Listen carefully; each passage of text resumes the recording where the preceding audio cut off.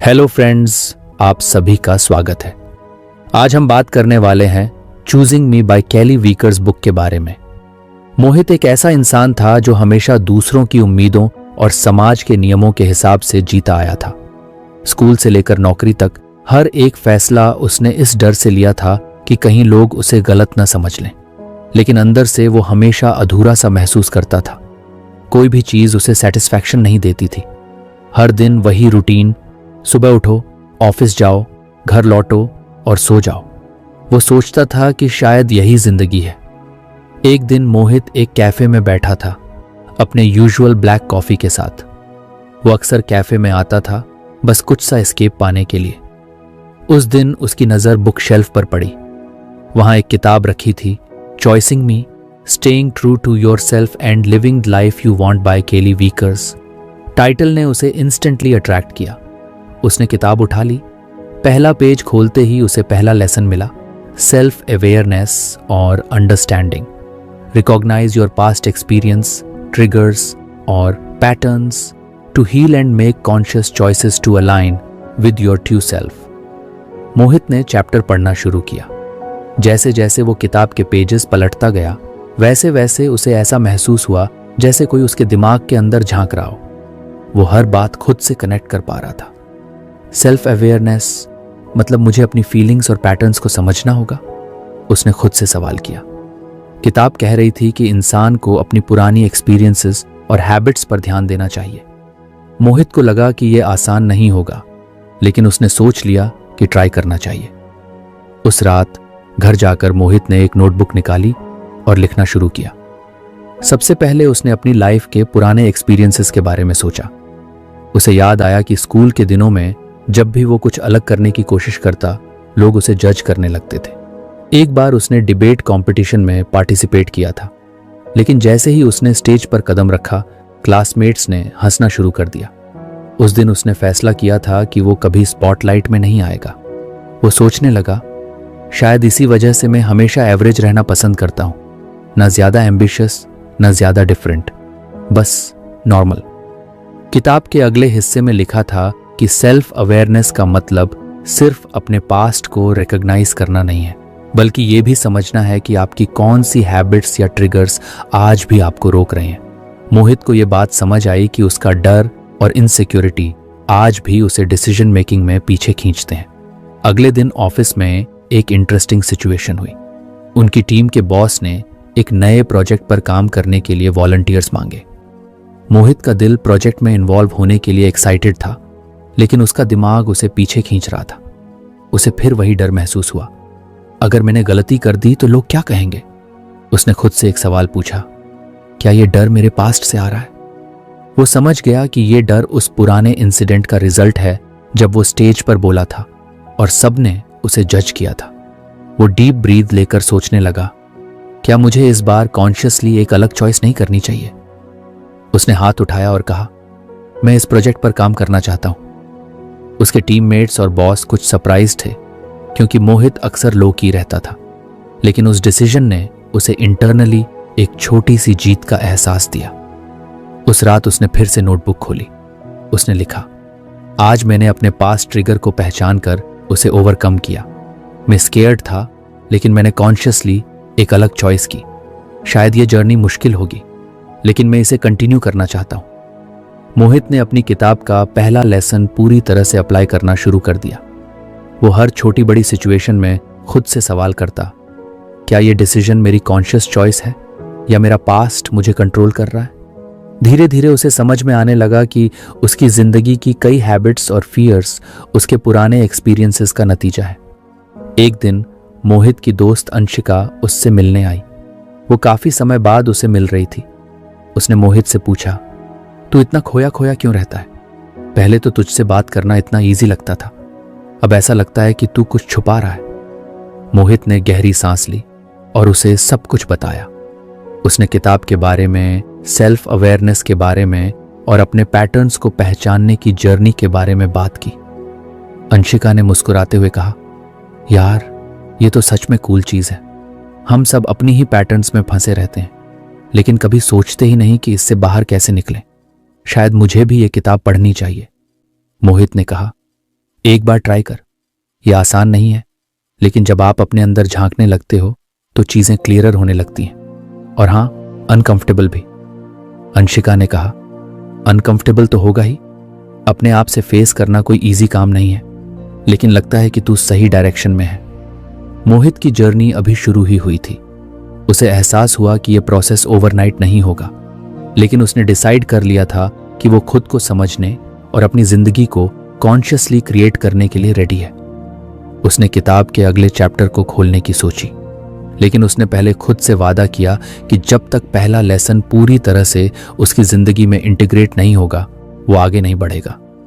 उसने धीरे धीरे खुद को अपने पुराने बिलीफ्स और पैटर्न से बाहर निकालने का काम शुरू कर दिया। आगे क्या होगा, ये सोचकर मोहित कुछ एक्साइटेड भी था और नर्वस भी, लेकिन अब वो अपनी जिंदगी को कॉन्शियसली जीने की कोशिश कर रहा था। अगर आपको हमारी फ्री समरी अच्छी लगती है तो आप हमारे चैनल को सब्सक्राइब कर सकते हैं। वो जानता था कि ये जर्नी लॉन्ग होगी, लेकिन वर्थ इट भी। मोहित अब अपनी जिंदगी के बदलावों को महसूस कर रहा था। पहले लेसन ने उसे एक नई दिशा दी थी। उसने सेल्फ अवेयरनेस के जरिए अपने पुराने पैटर्न्स और ट्रिगर्स को समझने की कोशिश की, और अब वो छोटी छोटी चीजों में कॉन्शियस चॉइसेस करना सीख रहा था। एक दिन जब उसने किताब का अगला पन्ना पलटा तो उसने पढ़ा, setting boundaries, establish and maintain personal boundaries to protect your well being and ensure your actions reflect your genuine desires free from external pressures. Mohit ने यह लाइन 2 बार पढ़ी। बाउंड्रीज, ये शब्द उसके लिए कुछ अजीब था। वो सोचने लगा कि क्या वो कभी अपनी जिंदगी में बाउंड्रीज सेट कर पाया है। उसे अपने कॉलेज के दिन याद आए। वो हमेशा ऐसा इंसान था जो हां कह देता था, भले ही उसका मन ना हो। कोई नोट्स मांगता तो वो पूरी रात जागकर तैयार करता। कोई उसकी मदद चाहता तो अपना सारा काम छोड़ देता। मोहित को लगता था कि ऐसा करना जरूरी है, क्योंकि तभी लोग उसे पसंद करेंगे।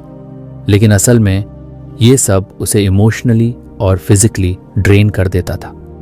उसने किताब के चैप्टर को पढ़ना जारी रखा। उसमें लिखा था कि बाउंड्रीज का मतलब सेल्फिश होना नहीं है।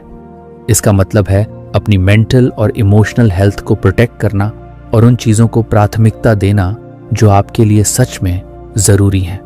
मोहित ने खुद से सवाल किया, क्या मैं सच में ऐसा करता हूं, या मैं बस हर किसी को खुश करने के चक्कर में खुद को इग्नोर करता हूं?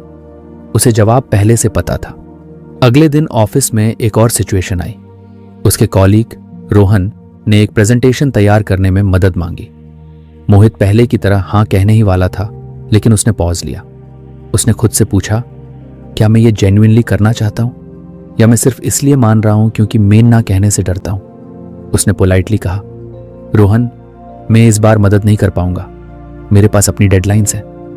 रोहन कुछ सरप्राइज था, लेकिन उसने समझदारी से रिएक्ट किया।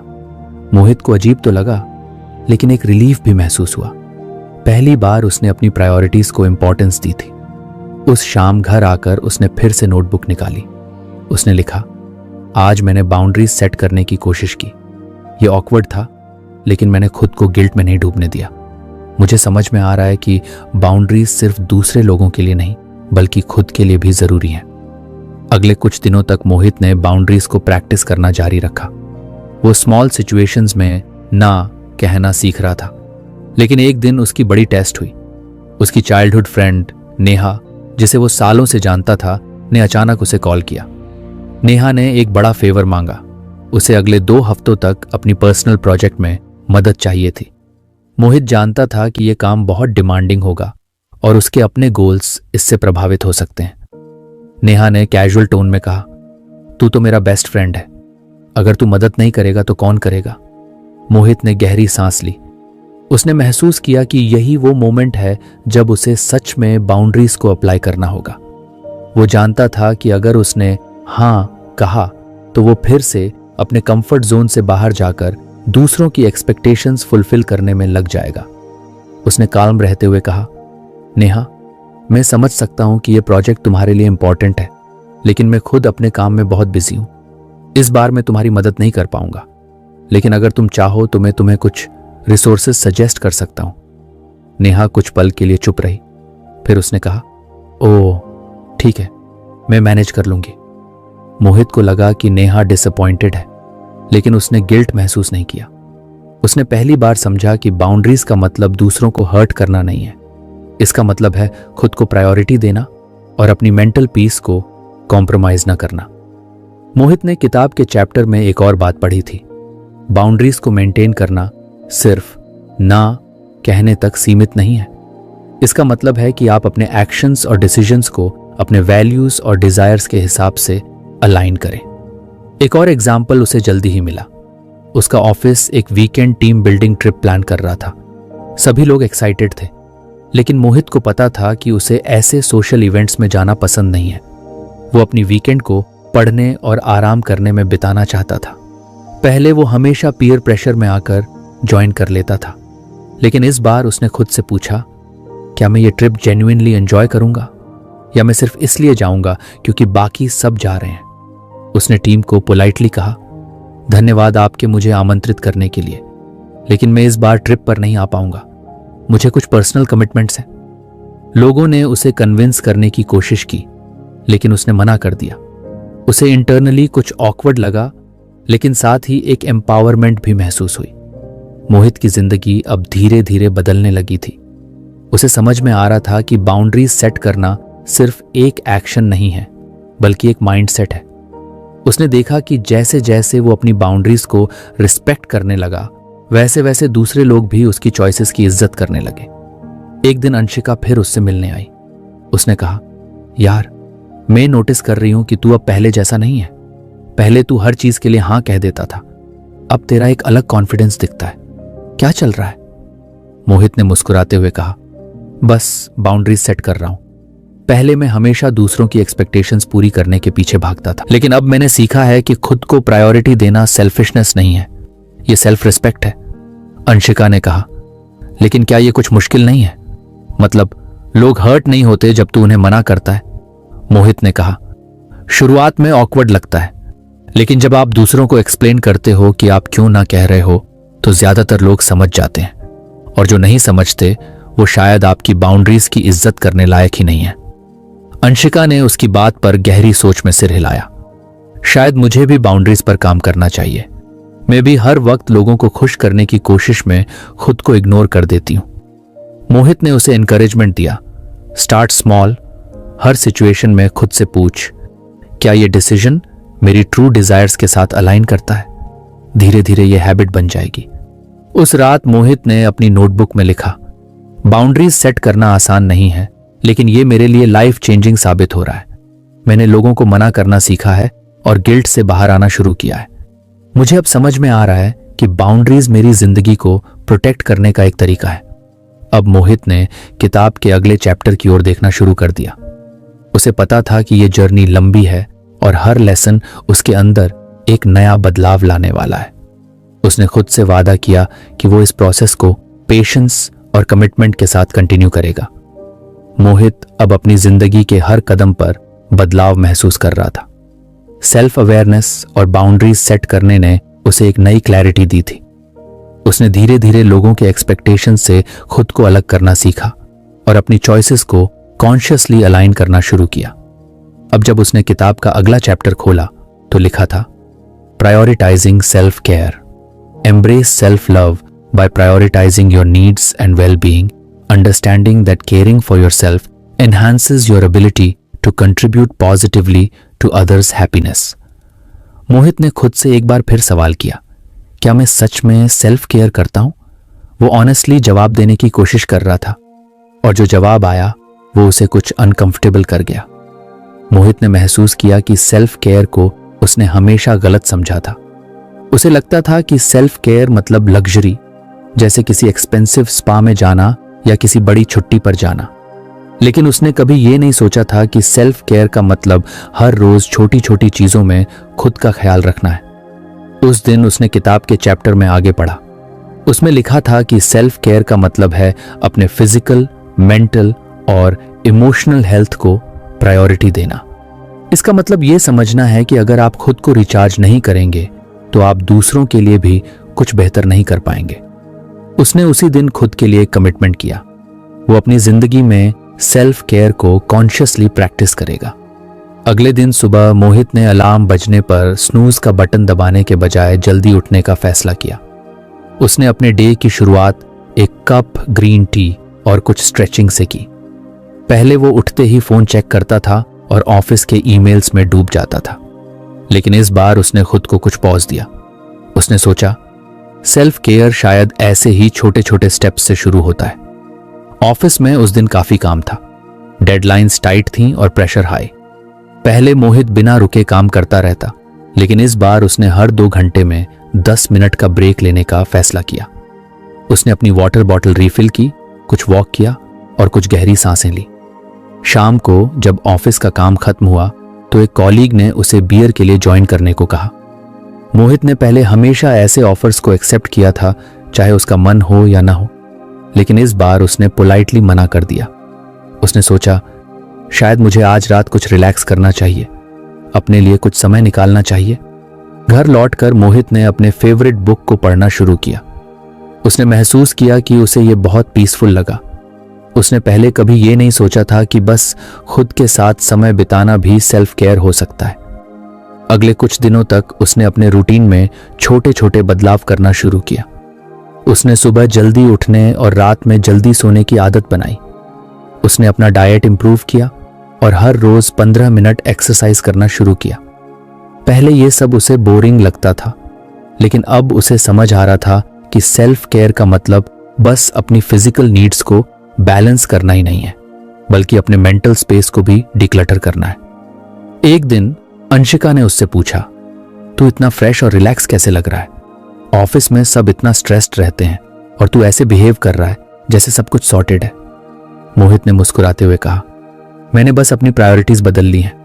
अब मैं अपने ऊपर काम कर रहा हूं, सेल्फ केयर शुरू किया है। पहले मुझे लगता था कि यह सब वेस्ट ऑफ टाइम है, लेकिन अब समझ आ रहा है कि अगर मैं खुद का ख्याल नहीं रखूंगा तो दूसरों के लिए भी कुछ नहीं कर पाऊंगा। अंशिका ने मजाक में कहा, बड़ा फिलॉसफर बन गया है तू, लेकिन सीरियसली मुझे लगता है कि मैं भी ट्राई करूंगी। मोहित ने उसे एनकरेज किया, स्टार्ट स्मॉल। सेल्फ केयर का मतलब ग्रैंड जेस्चर्स नहीं है, ये बस खुद को कुछ प्रायोरिटाइज करने की बात है। एक और बड़ा मोमेंट मोहित की सेल्फ केयर जर्नी में तब आया जब उसने अपनी इमोशंस को हैंडल करना सीखा। पहले जब भी वो स्ट्रेस या एंजाइटी में होता तो वो उसे इग्नोर करता और काम में डिस्ट्रैक्ट हो जाता, लेकिन अब उसने सीखा कि सेल्फ केयर का मतलब अपनी फीलिंग्स को एक्नॉलेज करना भी है। एक दिन ऑफिस में उसका बॉस एक प्रोजेक्ट को लेकर बहुत क्रिटिकल हो गया। मोहित को बुरा लगा, लेकिन उसने खुद को रिएक्ट करने से रोका। उसने लंच ब्रेक में खुद के लिए कुछ देर मेडिटेट करने का समय निकाला। उसने अपने फीलिंग्स को लिखा और सोचा, मैं परफेक्ट नहीं हूं, लेकिन इसका मतलब ये नहीं कि मैं कैपेबल नहीं हूं। मुझे बस खुद को कुछ काइंडनेस देने की जरूरत है। उसने अपनी नोटबुक में लिखा, सेल्फ केयर का मतलब सिर्फ बाहर से अच्छा दिखना नहीं है, इसका मतलब अपने अंदर के कॉन्फ्लिक्ट्स और इनसिक्योरिटीज को भी हील करना है। मोहित ने धीरे धीरे अपने वीकेंड्स को भी ऑर्गेनाइज करना शुरू किया। पहले वो पूरा वीकेंड बस सोने या रैंडम मूवीज देखने में बर्बाद कर देता था, लेकिन अब उसने सोचा कि वीकेंड भी सेल्फ केयर का हिस्सा हो सकता है। उसने हॉबीज में टाइम देना शुरू किया। उसे पेंटिंग का शौक था जो उसने स्कूल के बाद छोड़ दिया था। उसने आर्ट सप्लाईज खरीदे और खाली समय में पेंटिंग करने लगा। ये उसे थेराप्यूटिक लगा। एक और चीज उसने सीखी, नो कहना सेल्फ केयर का एक इंपॉर्टेंट हिस्सा है। एक वीकेंड उसकी कजिन का बर्थडे था और पूरी फैमिली ने उसे इनवाइट किया था। मोहित को पता था कि वहां जाना सोशली एग्जॉस्टिंग हो सकता है। उसने पोलाइटली मना कर दिया और उस समय को अपनी रेस्ट और हॉबीज के लिए इस्तेमाल किया। पहले उसे लगता था कि ऐसा करने से लोग उसे सेल्फिश समझेंगे, लेकिन अब उसे एहसास हुआ कि जब वो रिचार्ज रहेगा तभी वो अपने रिलेशनशिप्स को बेहतर तरीके से हैंडल कर पाएगा। अगली बार जब उसकी माँ ने उसे कॉल किया तो उन्होंने कैजुअली पूछा, तू आजकल कुछ बदला बदला सा लग रहा है, सब ठीक है ना? मोहित ने कहा, हाँ माँ, बस खुद पर कुछ काम कर रहा हूं। पहले मैं सबके लिए अवेलेबल रहता था, लेकिन खुद के लिए नहीं। अब मैंने खुद को कुछ प्रायोरिटी देना सीखा है। उसकी माँ ने अप्रूवल में सिर हिलाया। ये अच्छी बात है, जब तक तू खुश रहेगा सब ठीक रहेगा।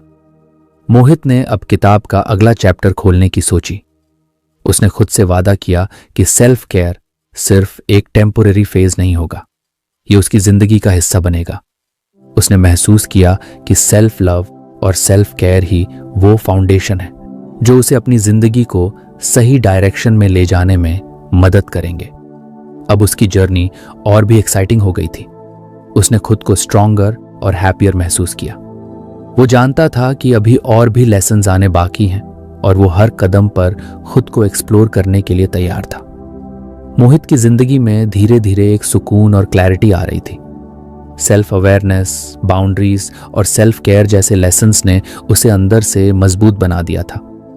वो अब अपनी जिंदगी को खुद के टर्म्स पर जीने की कोशिश कर रहा था। हर छोटी जीत उसे यह एहसास दिला रही थी कि उसका फैसला सही था। अब उसने किताब का अगला चैप्टर खोला। इसमें लिखा था, authentic decision making, make life choices based on your true desires rather than societal expectations, leading to a more fulfilling and meaningful life. Mohit ने यह लाइन पढ़ी और कुछ रुक गया। उसे याद आया कि कैसे उसकी जिंदगी के ज्यादातर बड़े फैसले उसने खुद की खुशी से ज्यादा समाज और दूसरों की एक्सपेक्टेशंस के हिसाब से लिए थे। कॉलेज का सब्जेक्ट चुनने से लेकर अपनी नौकरी तक हर बार उसने वही किया जो उसे सही लगता था, न कि वो जो उसे सच में खुश करता। मोहित ने खुद से एक सवाल पूछा, अगर मैं सच में अपनी डिजायर्स के हिसाब से डिसीजंस लेता तो क्या मेरी जिंदगी ऐसी ही होती? उसने अपनी नोटबुक निकाली और लिखा, मैंने कब अपनी डिजायर्स के आधार पर कोई बड़ा फैसला लिया? क्या मैं कभी ऑथेंटिकली जिया हूं? उस रात वो अपनी पुरानी यादों में डूब गया। उसे याद आया कि स्कूल के दिनों में वो हमेशा एक राइटर बनना चाहता था। उसे स्टोरीज लिखने और कैरेक्टर्स क्रिएट करने का बहुत शौक था। लेकिन जब उसने अपने पेरेंट्स को यह बताया तो उन्होंने प्रैक्टिकल एडवाइस दी, राइटिंग तो ठीक है लेकिन यह करियर नहीं हो सकता। रियल जॉब्स चुनो जो स्टेबल हो। और मोहित ने उनकी बात मान ली। उसने कॉमर्स स्ट्रीम चुनी और बाद में एमबीए किया। आज वो एक अच्छी कंपनी में काम कर रहा था, लेकिन अंदर से वो कभी फुलफिल्ड महसूस नहीं करता था। उसने किताब के चैप्टर को और गहराई से पढ़ा। उसमें लिखा था कि ऑथेंटिक डिसीजंस लेने का मतलब है अपने दिल की सुनना और ये समझना कि आप अपनी जिंदगी के डिसीजंस क्यों ले रहे हैं। क्या ये आपके लिए है या बस दूसरों को खुश करने के लिए? अगले दिन ऑफिस में मोहित के बॉस ने उसे बुलाया। कंपनी में एक नया रोल खुला था जिसमें ज्यादा रिस्पॉन्सिबिलिटी और कुछ हायर पे था। बॉस ने मोहित से कहा, तुम्हारे स्किल्स इस रोल के लिए परफेक्ट हैं, क्या तुम अप्लाई करना चाहोगे? पहले मोहित बिना सोचे समझे हां कह देता, लेकिन इस बार उसने पॉज लिया। उसने खुद से पूछा, क्या मैं इस रोल को जेन्युइनली चाहता हूं या मैं इसे बस इसलिए एक्सेप्ट करूंगा क्योंकि ये लॉजिकली अच्छा लगता है? उसने महसूस किया कि उसे ये रोल नहीं चाहिए। उसे अपनी करंट जॉब भी ज्यादा एक्साइटिंग नहीं लग रही थी। वो अपने क्रिएटिव साइड को एक्सप्लोर करना चाहता था, राइटिंग को फिर से अपनाना चाहता था। मोहित ने पोलाइटली मना कर दिया और कहा, मुझे लगता है कि मैं फिलहाल अपने करंट रोल में ही बेहतर परफॉर्म कर सकता हूं। बॉस कुछ सरप्राइज थे, लेकिन उन्होंने उसकी ऑनेस्टी की सराहना की। मोहित को यह छोटा डिसीजन बहुत बड़ा लगा। उसने पहली बार खुद को सोसाइटल नॉर्म्स के प्रेशर से आजाद किया था। शाम को मोहित ने फिर से अपनी नोटबुक खोली। उसने लिखा, आज मैंने एक निर्णय लिया जो सिर्फ मेरे लिए था। यह आसान नहीं था, लेकिन मैंने खुद की इच्छाओं को प्राथमिकता दी। अब मोहित ने अपनी राइटिंग को सीरियसली लेने का फैसला किया। उसने हर सुबह जल्दी उठकर आधे घंटे लिखने की आदत शुरू की। शुरुआत में उसे अजीब लगा, लेकिन धीरे धीरे उसने महसूस किया कि यह उसकी जिंदगी का सबसे सैटिस्फाइंग हिस्सा बन गया है। एक दिन अंशिका उससे मिलने आई। उसने पूछा, तू सुबह सुबह उठकर क्या करता है? इतना डेडिकेटेड लग रहा है इन दिनों। मोहित ने उसे बताया, मैंने राइटिंग शुरू की है। बचपन से इसे करने की इच्छा थी, लेकिन कभी सीरियसली नहीं लिया। अब लगा कि अगर मैं ऑथेंटिक डिसीजंस नहीं लूंगा तो जिंदगी बस दूसरों के लिए जीता रह जाऊंगा। अंशिका ने कहा, यार तू सच में इंस्पायरिंग बनता जा रहा है। मैं भी बहुत बार वही करती हूँ जो लोग एक्सपेक्ट करते हैं, ना कि वो जो मैं चाहती हूँ। शायद मुझे भी अपनी चॉइसेस को रीइवैल्यूएट करना चाहिए। मोहित ने उसे एनकरेज किया, बस एक बार अपने डिसीजंस की जड़ तक जाओ। खुद से पूछो कि तुम वो क्यों कर रहे हो। जवाब तुम्हें खुद ही मिल जाएगा। धीरे धीरे मोहित ने अपने डिसीजंस को हर छोटे और बड़े लेवल पर इवैल्यूएट करना शुरू किया। एक दिन उसकी फैमिली ने उसे कॉल किया। उसके पेरेंट्स चाहते थे कि वो एक फैमिली गैदरिंग अटेंड करे। मोहित को पता था कि गैदरिंग में जाना उसके लिए मानसिक रूप से थकाऊ होगा, और इस बार उसने अपनी भावनाओं को नजरअंदाज करने के बजाय सच बोलने का फैसला किया। उसने काल्मली कहा, माँ, मैं जानता हूं कि ये इवेंट आपके लिए इंपॉर्टेंट है, लेकिन मैं सच में कंफर्टेबल महसूस नहीं कर रहा। क्या मैं इसे स्किप कर सकता हूं? पहले तो उसकी मां नाराज हुई, लेकिन फिर उन्होंने कहा, ठीक है बेटा, अगर तुम कंफर्टेबल नहीं हो तो कोई बात नहीं। मोहित ने महसूस किया कि अपने ऑथेंटिक डिजायर्स के हिसाब से डिसीजंस लेना हमेशा इजी नहीं होता। कभी कभी लोग अपसेट होते हैं, कभी कभी खुद को गिल्ट महसूस होता है, लेकिन धीरे धीरे ये प्रोसेस आसान होने लगता है। उसने एक और बड़ा डिसीजन लिया। उसने वीकेंड पर एक लोकल राइटिंग वर्कशॉप ज्वाइन कर ली। वहां उसने कई ऐसे लोगों से मुलाकात की जो उसकी तरह ही अपनी पैशंस को फॉलो करने की कोशिश कर रहे थे। उसने महसूस किया कि उसकी राइटिंग स्किल्स में इंप्रूवमेंट हो रही है और उसकी जिंदगी में एक नई एक्साइटमेंट आ गई है। अब मोहित की डिसीजंस उसकी हैप्पीनेस पर फोकस कर रहे थे, न कि सोसाइटल एक्सपेक्टेशंस पर। उसने सीखा कि ऑथेंटिक डिसीजन मेकिंग का मतलब ये नहीं है कि आप इंपल्सिव हो जाएं। इसका मतलब है कि आप हर डिसीजन को हार्ट और माइंड दोनों से इवैल्यूएट करें। उसकी जर्नी अभी भी ऑनगोइंग थी, लेकिन अब उसे हर सुबह एक्साइटमेंट महसूस होता। वो जानता था कि उसकी जिंदगी धीरे धीरे सही दिशा में जा रही है। उसने किताब का अगला चैप्टर खोलने का फैसला किया। उसे यकीन था कि हर लेसन उसे और क्लोजर लाएगा उस जिंदगी के जिसे वो सच में जीना चाहता है। मोहित अब अपनी जिंदगी के हर पहलू में बदलाव महसूस कर रहा था। Self awareness, boundaries, self care और ऑथेंटिक डिसीजन मेकिंग ने उसे एक नई क्लैरिटी और पर्पस दी थी। लेकिन उसके अंदर अब भी कुछ चीजें थीं जो उसे पूरी तरह से फ्री होने से रोक रही थीं। उसने अपनी किताब का अगला चैप्टर खोला। ईओटाईडी मोहित ने यह पढ़ते ही महसूस किया कि यह लेसन उसकी जिंदगी के लिए सबसे चैलेंजिंग होने वाला था। उसे पता था कि उसके अंदर कई ऐसी हैबिट्स और थॉट पैटर्न्स थीं जो उसे बार बार पीछे खींच रही थीं। उसने नोटबुक निकाली और लिखा, मुझे कौन कौन से पैटर्न्स बार बार वही मिस्टेक्स करने पर मजबूर करते हैं। फिर उसने सोचना शुरू किया। सबसे पहले जो पैटर्न सामने आया वो था ओवरथिंकिंग। मोहित हर छोटी छोटी बात को लेकर इतना सोचता था कि कई बार एक्शन ही नहीं ले पाता था। उसे याद आया कि कई बार उसने अच्छे अपॉर्चुनिटीज को सिर्फ इसलिए हाथ से जाने दिया क्योंकि वो आउटकम के बारे में बहुत ज्यादा सोच रहा था। दूसरा पैटर्न था सेल्फ डाउट।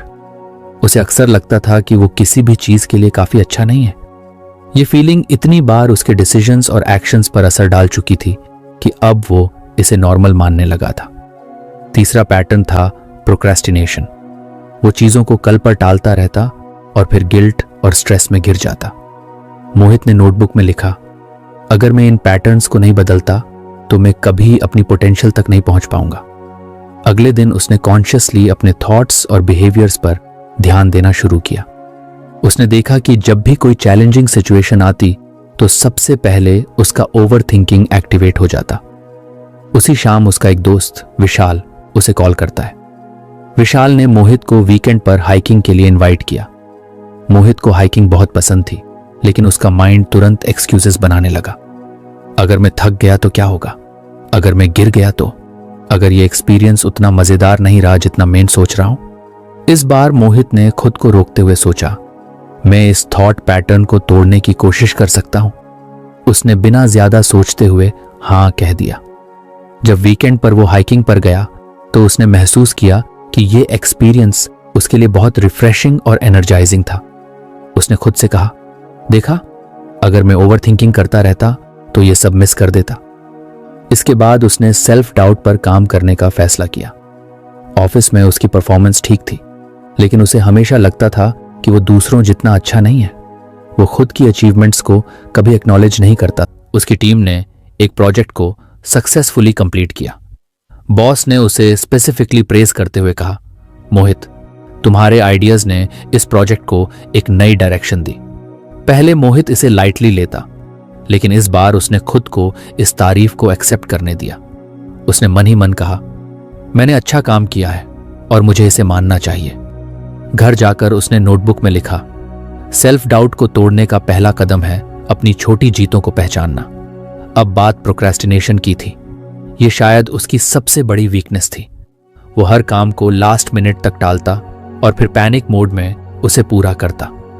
मोहित ने किताब में लिखा, एक तरीका आजमाने का सोचा, 5 मिनट का नियम। इसका मतलब था कि कोई भी काम जो वो टालना चाहता है उसे बस 5 मिनट के लिए शुरू करे। अगले दिन उसने अपनी पेंडिंग ईमेल्स पर काम करने के लिए 5 मिनट का टाइमर लगाया। उसे लगा कि वो बस शुरुआत करेगा, लेकिन एक बार जब उसने काम शुरू कर दिया तो वो ईमेल्स को पूरा करके ही रुका। उसने महसूस किया कि शुरुआत करना ही सबसे बड़ा हर्डल था। मोहित ने अब अपने नेगेटिव पैटर्न्स को एक्टिवली डिसरप्ट करना शुरू कर दिया था।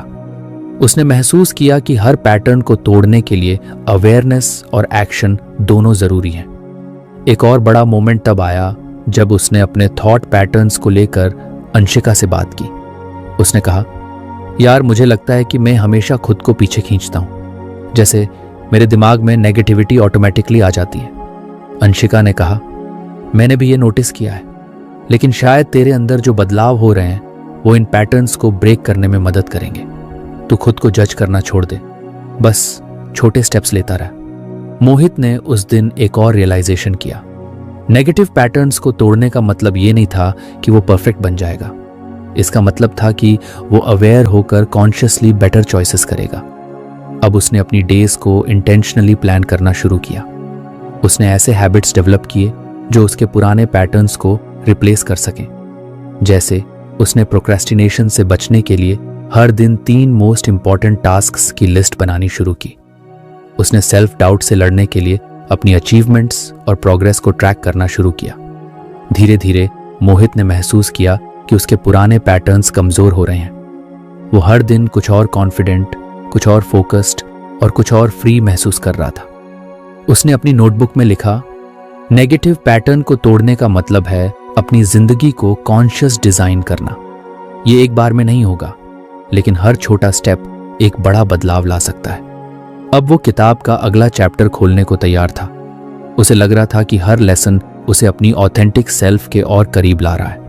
उसने महसूस किया कि जिंदगी को पूरी तरह से बदलने के लिए बस अवेयरनेस और करेज की जरूरत है। मोहित ने अपनी जिंदगी में इतने बदलाव किए थे कि अब वह अपने पुराने खुद से बहुत अलग महसूस कर रहा था। वह अब अपनी थॉट्स और एक्शंस को पूरी तरह से समझने और अलाइन करने में सक्षम था। नेगेटिव पैटर्न्स को पहचानने और उन्हें तोड़ने की जर्नी ने उसे और मजबूत बनाया था। एक शाम मोहित अपने पसंदीदा कैफे में बैठा था, अपनी फेवरेट बुक पढ़ते हुए। उसने अपनी जिंदगी को पलट कर देखा। वह पहले जैसी उलझन और चिंता से बाहर निकल चुका था। उसका दिन अब उन चीजों से भरा था जो उसे सच में खुशी देती थी। उसने अपनी इच्छाओं के हिसाब से जिंदगी जीना शुरू किया था। कुछ दिन पहले ही उसने अपने दोस्तों से मिलने का फैसला किया था, जहां उसने अपनी जर्नी के बारे में उनसे खुलकर बात की। उन्होंने पूछा, मोहित, तुझे क्या लगता है? क्या सच में तू अब जो कर रहा है वो तेरे लिए है? मोहित मुस्कुराया, हाँ, और मुझे लगता है कि मैंने आखिरकार वो रास्ता चुन लिया है जो हमेशा से मेरा था।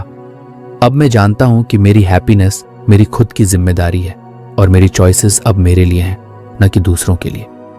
इसमें कोई डाउट नहीं था कि मोहित की जर्नी पूरी तरह से ट्रांसफॉर्मेटिव थी।